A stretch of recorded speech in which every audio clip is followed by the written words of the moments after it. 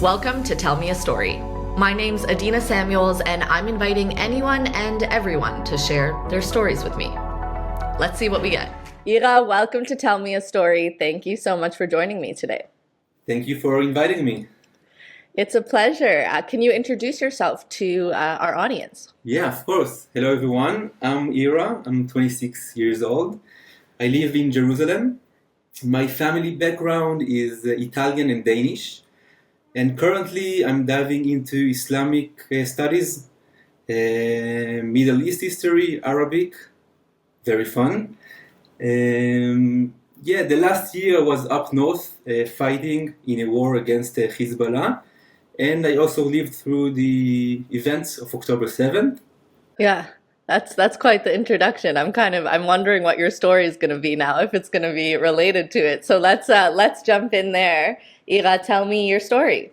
Okay, so in Israel we have a mandatory national service, and after I complete my national service, 3 years in the army, I really wanted to travel around the world and have a long journey overseas.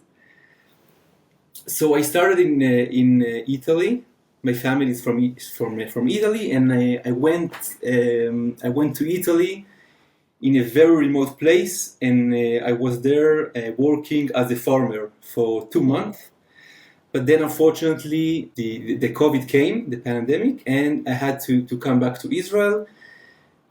And when I came back to Israel, I met a friend, and she told me she just came back from Africa.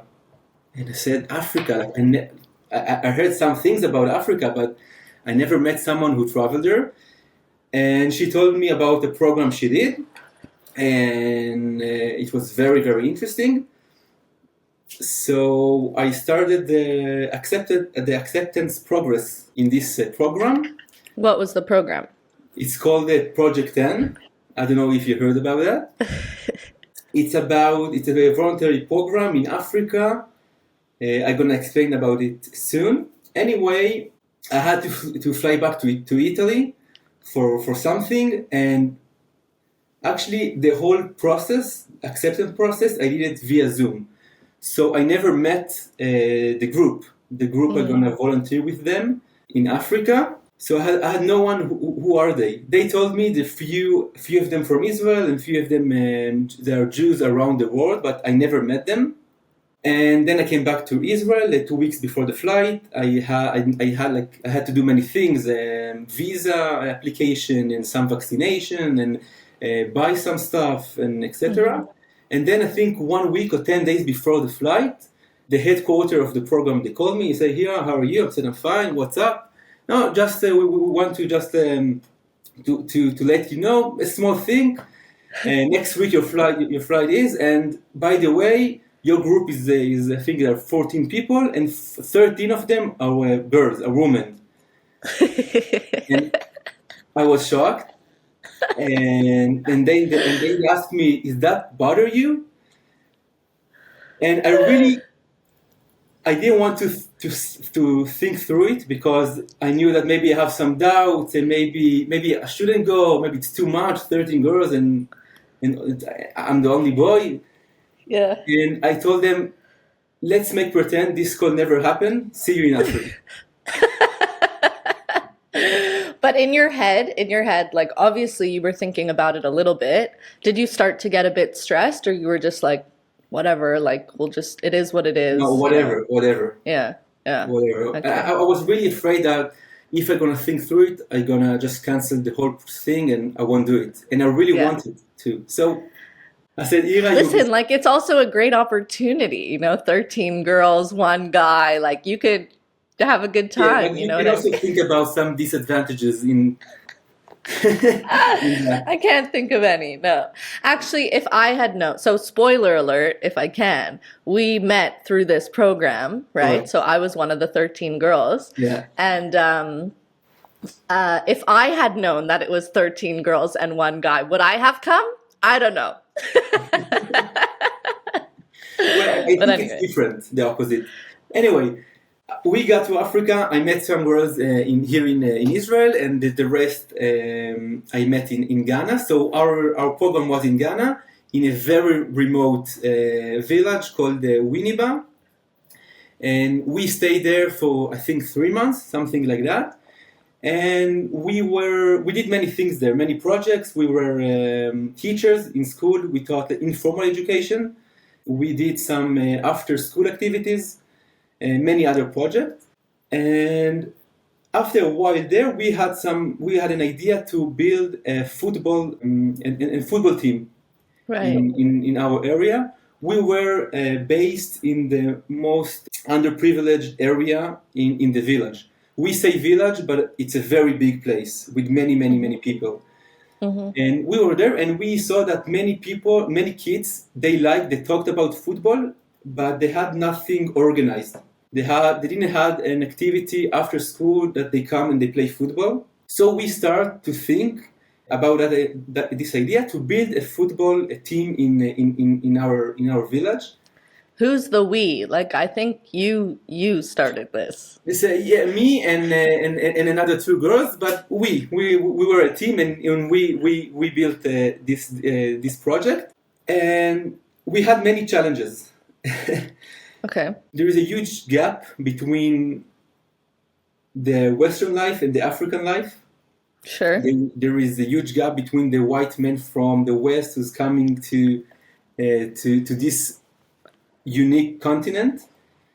So we were struggling with many issues. One of the issues was that the parents, they didn't want to send their kids to this thing, the new thing, the new after school activity, because one, they didn't really know what's the after school activities. Because if you go to school and you have enough money for that, so most of the kids that go to school, when they come back after school, they help the parents with the other kids or with their job or making more money in some ways.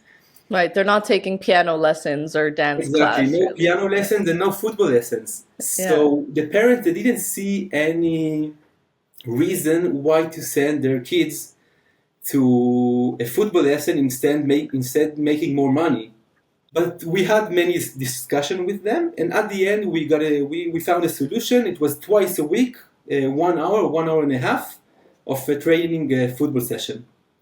Wait, so how did you even get in touch with the parents? Like, So how did you know the parents of the kids? we literally went and knocked on their doors, and we introduced ourselves and we talked to them. Yeah. Okay. And it was tough. But at the end, it's a whole process. But at the end, we found a solution, and we scheduled our first session, our first training football class. And we said 5 o'clock. We start the session in the field. We found a place with two girls and everything. Yeah. And we waited. So the day came, and we got there like 15 minutes before to organize all the exercise and all the things we had to organize.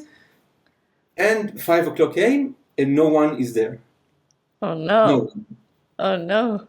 So we waited 10 minutes, 15 minutes, 20 minutes, 30 minutes. Some girls, I think one of the girls said, okay, yeah, let's go back. We have many other projects we can do. Let it go. It's fine. We can find something else. And I said, no, let's see. We are new here. It's a new thing to them. Let's just wait. So we waited. How many kids were you expecting to come? We had no idea. Oh, okay. It could be like we had no idea, because you go there and you talk to some people, but at the end you have plenty of kids. So you had no idea how many will come for the first time.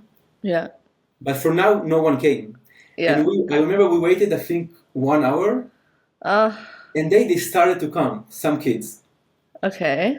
Yeah, and they came, but they were surprised, and like nothing special happened. And we didn't understand, because we scheduled 5 o'clock, and they came like 1 hour after, 1 hour and a half after.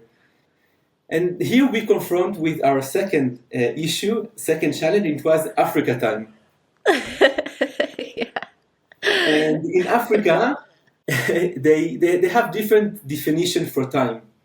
we're here in the West. We walk like through the time. We have a schedule. We know exactly when something. Although I have to say, like, Israelis specifically are not good at being on time to things. You know, No. like, I Yeah, know, you're right. you're gonna say, like, in the West, we follow our calendar. No, like, we also come late. We are half African, half Asian, so it's fine. We have it in our blood.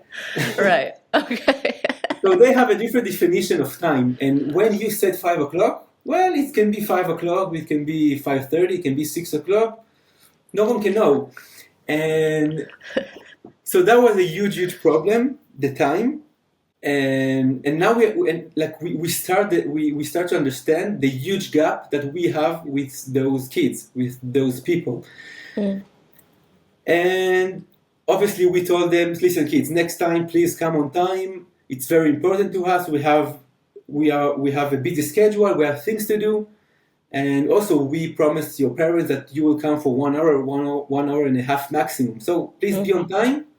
And they say, yeah, of course. The And next session, how many kids came in the end though to the first session? plenty. I think like maybe like 60, 70. Plenty of kids. 60, 70 kids? Yeah, but I wasn't I wasn't surprised because it's a new thing, so many people will come. And at the end, I want to see how many people will be persistent and will come for all the sessions. Right, but like the disappointment maybe you felt in the first hour, like just waiting there. You're like, okay, I guess nobody wants to play soccer or football or whatever. Like, good try. And then all of a Yeah. sudden, like 60, 70 kids come Yeah. in. That's pretty cool. Yeah, we were very happy, but it was a huge mess. 70 kids. We weren't prepared for that amount of kids. Yeah, It was a yeah. huge surprise. So session after session, we started to understand how is the best way to make those classes. And the next session came, and the other, and the kids, they didn't came on time. And They never came on time. Never came on time, never. And they say, yeah, Africa time, Africa, like it's in a good argument. Yeah, Africa time. What do you want from me? Why didn't you tell them that the session started at 4 and then they would come at 5? Maybe because then maybe if I say 4, they can come at 3 o'clock. Oh, it works the other way too. Yeah, there are no rules to time, so it's very hard to work with time. Well, time is a social construct, they say. Absolutely. I remember one class after we finished. I told the kids that next time, those who are gonna be late in 20 minutes, I won't let them join the class, and that was very hard. But I had nothing to do. I said maybe maybe it will work. And the next session came after my Your threat? my Yeah. threat, and half of the kids came on time. Okay. That's a progress. Big time. Yeah. I was very happy. And at the end, it worked. Like I explained them the definition of time. I explained them why it's important.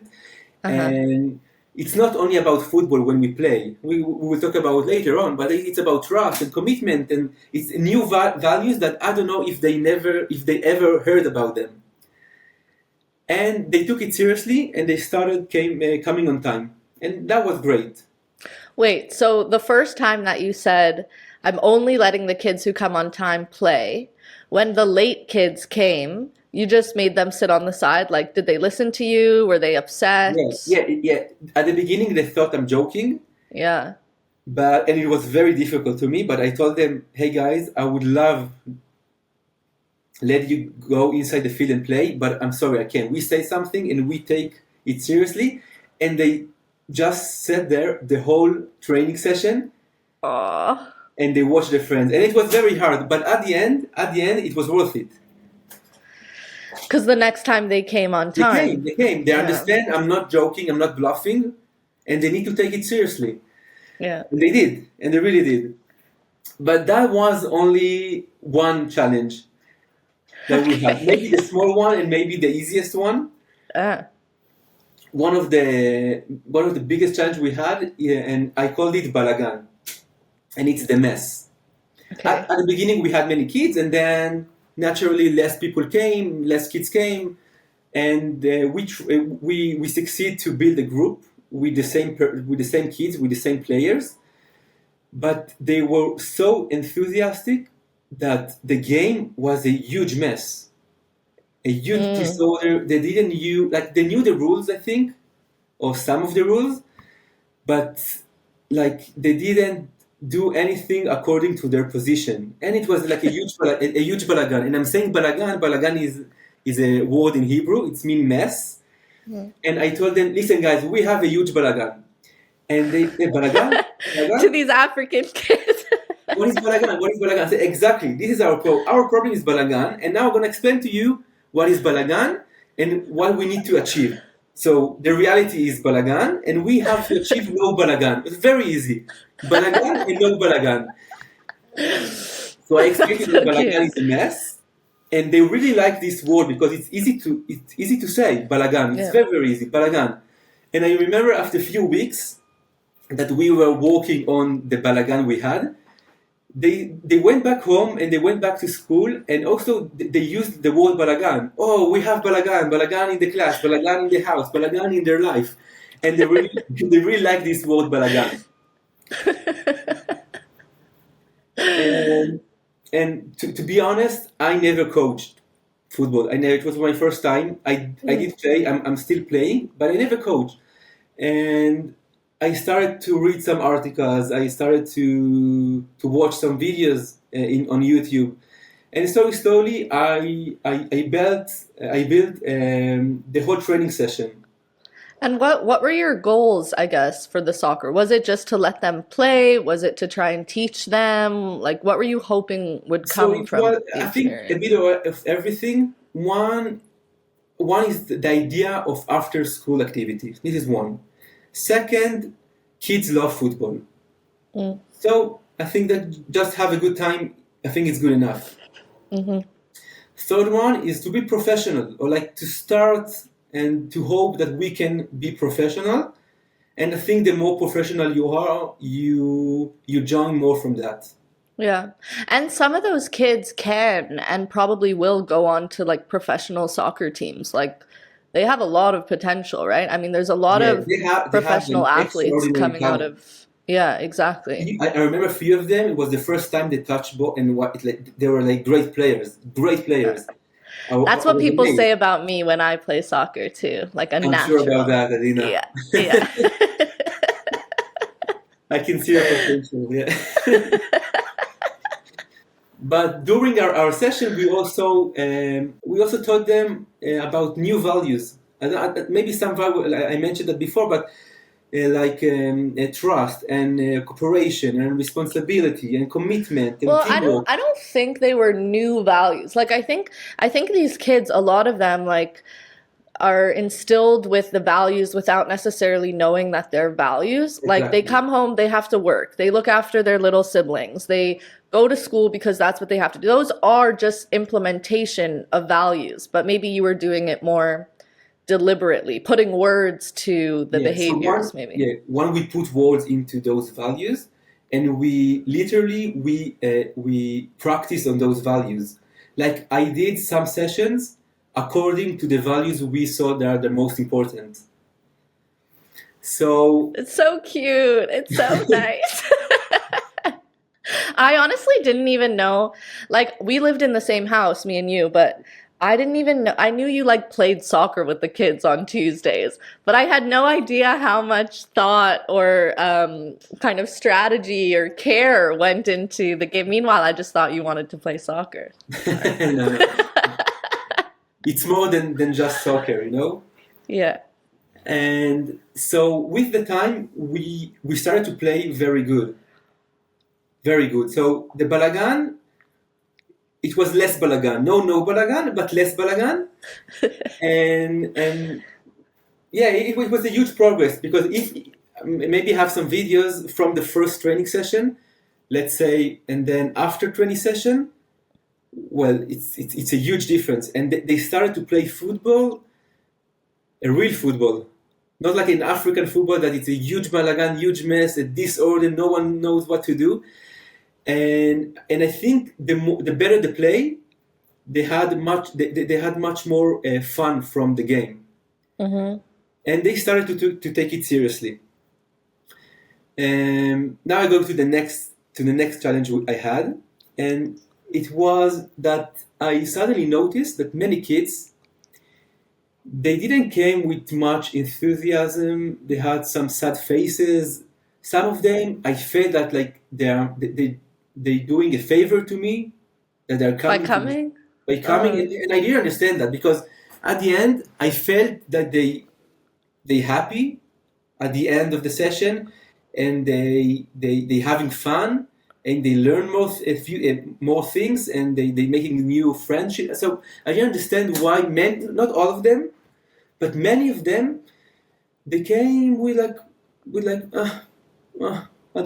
I'm coming, but I don't know why I'm coming, and I really didn't understand that. And during my stay, during the 3 months I was there, I started to talk with the kids there, like, to know them better, to understand why they like which position they prefer, and if they don't like something in our training session, if they have some problems, then maybe I can help them with that. And so during knowing them, I understand, and I noticed that many of them, they have a horrible life story. They had a very difficult life story. And so yes, they're happy to come, but many of them angry about the world, about things they experienced in their life. And How old were these kids? so we divided the football class into two: kids and small kids and youth. And I mainly worked with the youth, so it was between, I think, 14 to 18, 19. And what kind of things were they sharing with you about their lives? Parents who abandoned them, or their parents that they passed away early, and many of them, they have some of them were hungry and poverty. And I had some players that they didn't go to school because they had money, so they went to fish, like I think 12 hours, 13 hours a day. And this guy Michael, for example, he's waking up every day at, I think still I think he's still doing it, 5 o'clock in the morning, and he came back at 5 o'clock afternoon after being all day in the sea fishing. And then he would come to soccer. And then he gone, yeah, and he was like exhausted, and he wasn't so happy, and now I understand why. And I thought, I can't change that. I can't change their whole life, but maybe I can change a small thing. And I understand that when people are coming with a sad face, it has a huge effect, not only on themselves, but for all the team, for the atmosphere. And I wanted to change that. So I was thinking, how can I change this small thing? And I don't know why, and I don't know how, but I came up with this idea. So the next session came, and I told the players, I told the kids that today we're going to start the session in a different way. And I put them in a circle, and I told them we won't start our session, our exercise, before all of the circle before all the kids they will smile. They had to smile, and I tell themselves, I don't care if you smile because you're happy now, or if you're really angry and you smile by force. I don't care, but all of us, we need to smile before start working on our thing. And they had a very strange. They gave me very strange faces. They didn't understand. Because teenagers, they're like, what? Teenagers, like, yeah. We came to play football, and now you want to smile. What is the connection? Yeah. And again, I was I took it very seriously. I said, okay, guys, we we have 1 hour, 1 hour and a half of session. We won't start before I can see the smiles, the smile. So strict. Yeah, I was very because I think that if I wasn't so strict, many of that things won't work. I agree. Yeah. On the other hand, it's very hard to be strict. There are super cute and super good kids, and now you come with strict rules. It's hard. It's very, very hard. Yeah. Anyway, we started the session after all of the kids they had smile on their Did you face. go one by one to make sure they were smiling? Yeah, Like, what? yeah. So we had a circle. They were standing up, and I just walked around the circle, and I would make sure that every kid have a smile on their face.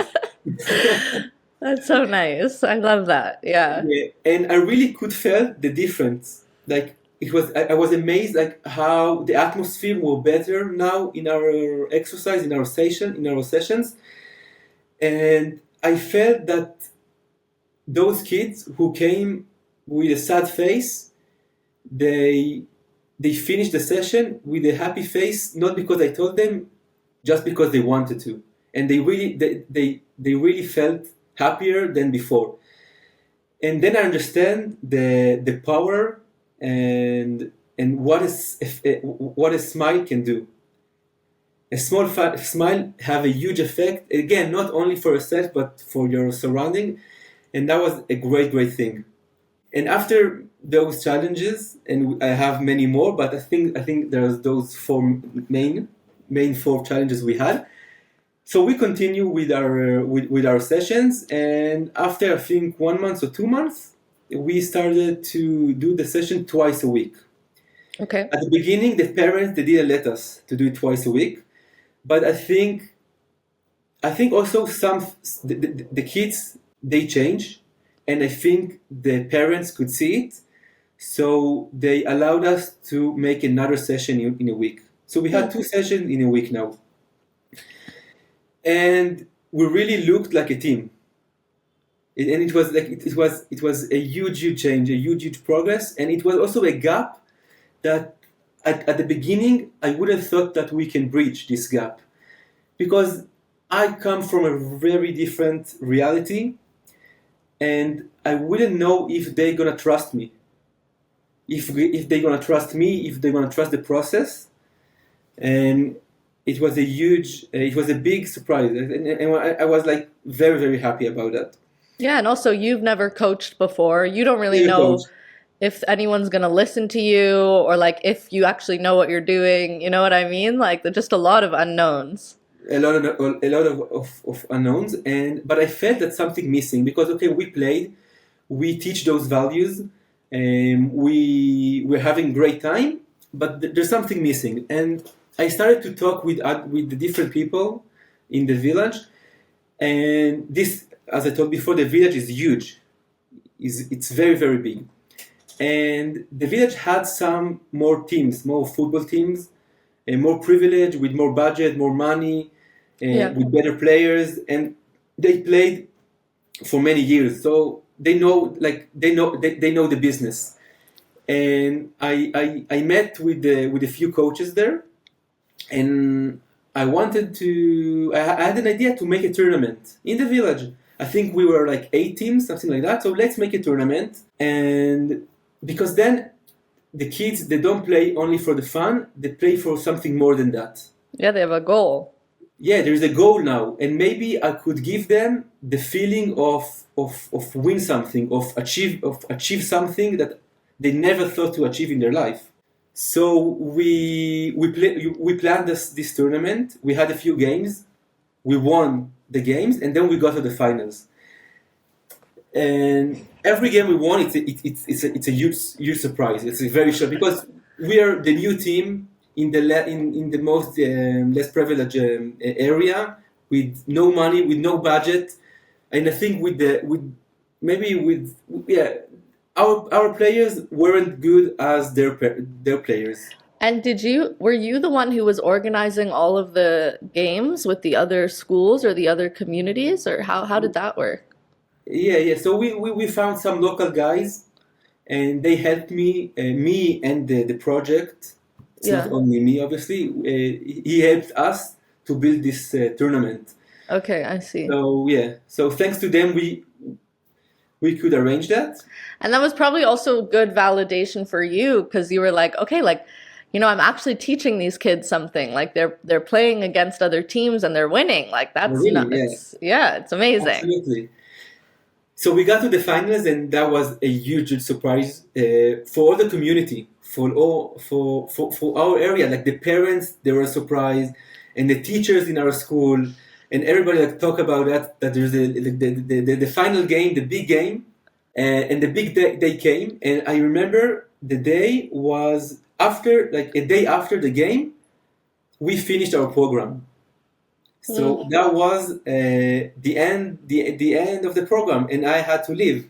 Anyway, we came to the field. We met the other team. They had like uniform and good shoes, and they were like really, really fit and fancy. I think this is when you invited the rest of us to come watch the game, right? Yeah, I think yeah, I yeah, you came to came. watch. Yeah, Correct. yeah. I was very, very nervous, and because now we're playing against the best team in the area. I remember the game finished. I think it was 1-1, and then we went to penalties. And now Emmanuel is my striker of the team, Okay. and Okay. it was his turn. And if he score, we win. Uh, If he miss, we lose. oh, And pressure's on. wow, he was under a lot of pressure, and I was so nervous. But the problem is, I knew Emmanuel.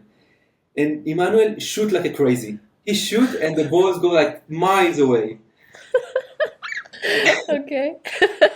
So I went to Emmanuel. I said, Emmanuel, imagine to like this shoot is like a regular shoot. It's like we do in our training, okay? And I think many people, I think all the village came, all the families, and we came, and the teachers came. And I told you, Emmanuel, you see all those people, they're not important. They're not important.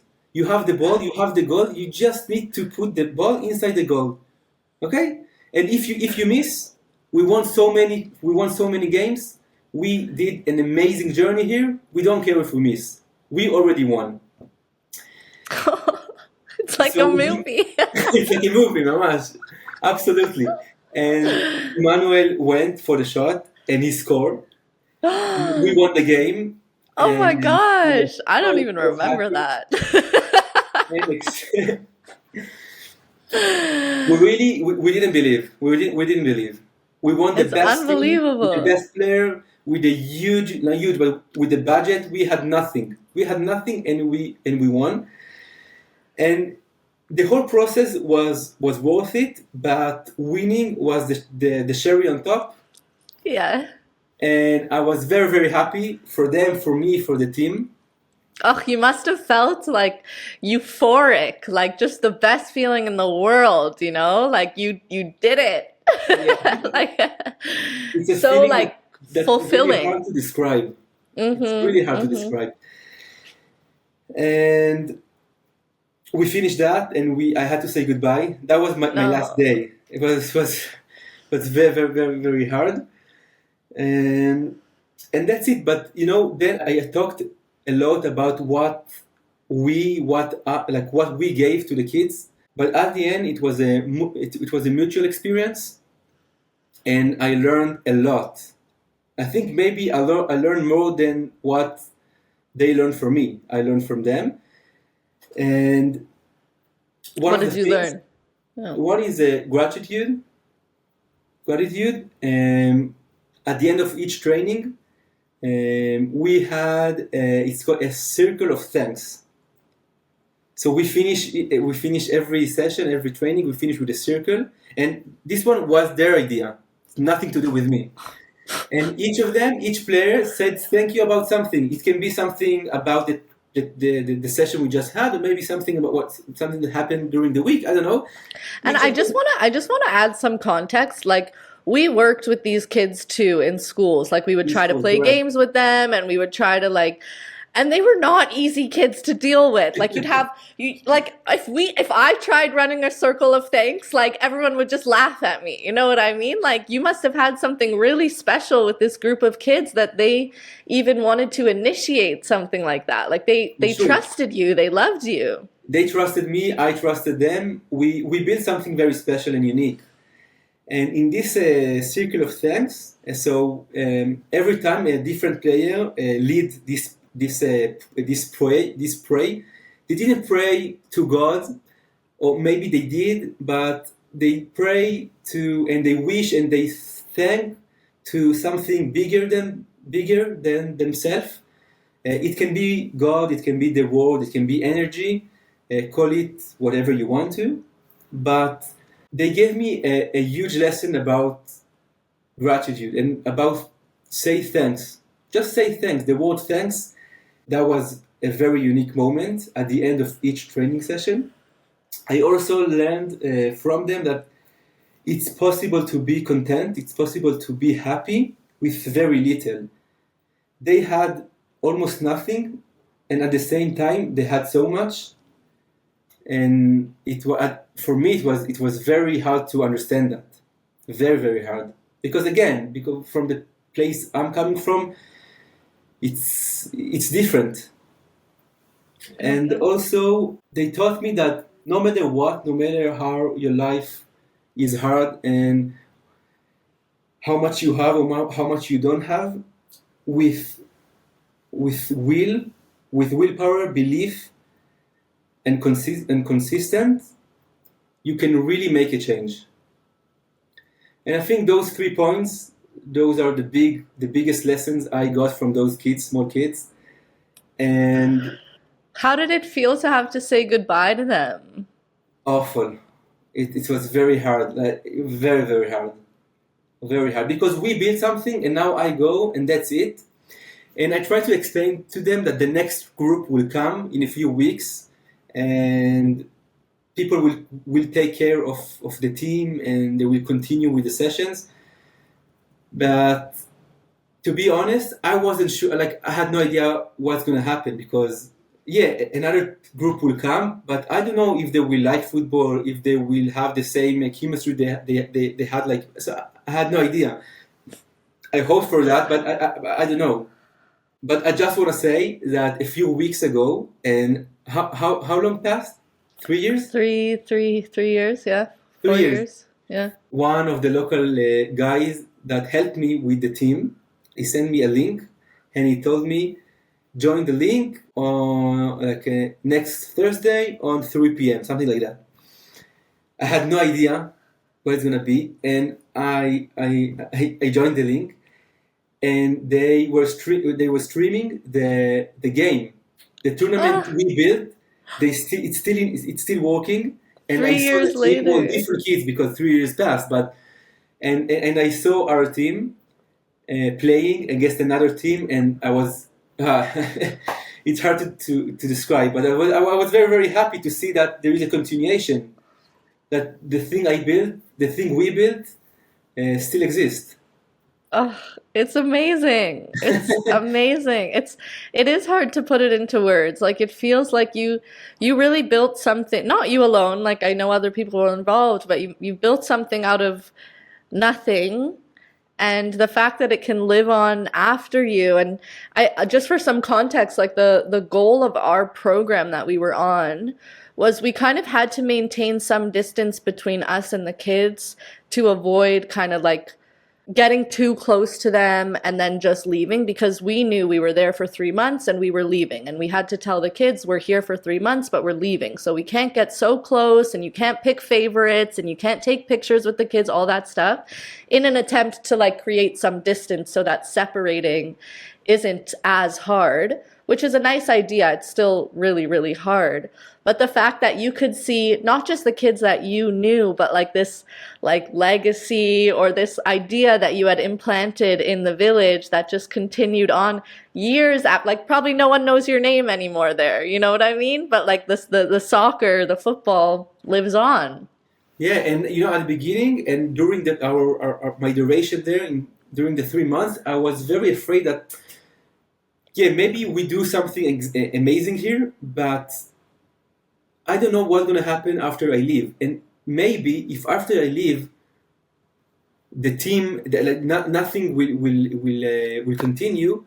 So maybe I did more, like I harmed them more than I helped them, because I gave them the sense of something, but they only taste from that and they don't Ugh, live by that. So yeah, it was yeah, it's complicated, it's but so I'm happy it's still complicated. happening.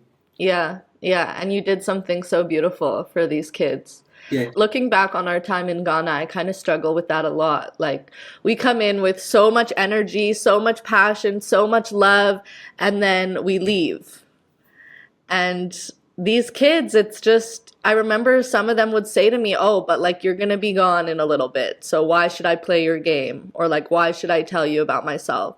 And I had nothing to say to that. Like, and many of them, they were hurt, and many of the players were angry at me at the end, really yeah, angry at me, because they didn't understand. Like, just stay here and continue with your project. But it doesn't mean we didn't do good. It doesn't mean we didn't give them something that maybe they will never get. yeah. Yeah, and I want to share with you another small thing. So I said it before. I traveled around the world for 3 years. 1 year was in Africa, and the other time was in the East and in Europe and in many other places. That sounds And kind of cool to say, Ira. I traveled the world for 3 years. Whatever. and I wrote a book. Oh my gosh. I haven't seen this. No, you didn't. And the book, it's called Lettere da Cobina. It's in Italian, the book. And it's letters from Cobina. Cobina was my name in Ghana. And yeah, I have a book. So this book What's in contains it? stories for my journey, from the 3 years journey I had. And it's in Italian because my grandparents, they are Italian and they don't read Hebrew. They don't know Hebrew. So I translate the book because I have the book in Hebrew and I translate it to Italian so they can read it as well. And maybe the next project is to translate it into English so you can read it, Definitely. Dina. Definitely. I want to read it. I'll translate it. Wow.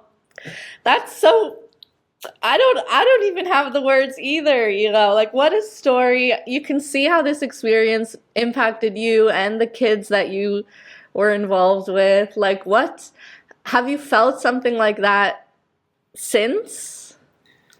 Um, I went through a lot since, especially the last year because of the war. But I think this project, this experience in Africa, I think that was one of the most things I really cared about, and I really put a lot of effort to make it the best I can make.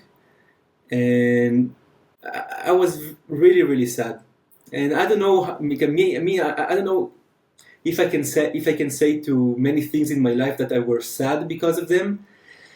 But at the end, I was sad because I did a huge thing.